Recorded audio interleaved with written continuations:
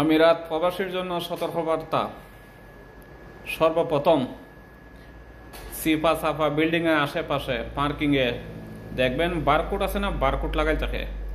Barcode কোনটা? যেটা মনে করেন এখানে ওয়াইফাই অ্যাভেলেবেল, এখানে স্ক্যান করুন।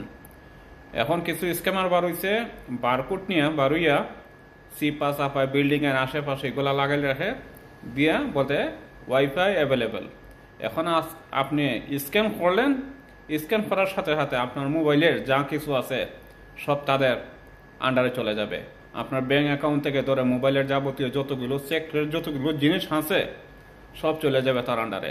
তো যেখানে সেখানে ওয়াইফাই দেখলে বলতে এখানে ওয়াইফাই অ্যাভেলেবেল, এখানে বারকোড আছে, এখানে এটা করেন, স্ক্যান করেন, ভুলও কিন্তু করবেন না। এখন নতুন একটা স্ক্যামার বার হয়েছে, এগুলা করতেছে।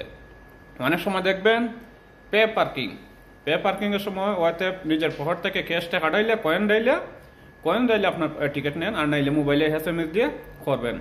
দেখবেন পার্কিং এর মাঝে যদি কোনো মেশিনের পাশে বলতে কোনো এই যে বারকোড লাগাই থাকে, করবেন না। কারণটা কি?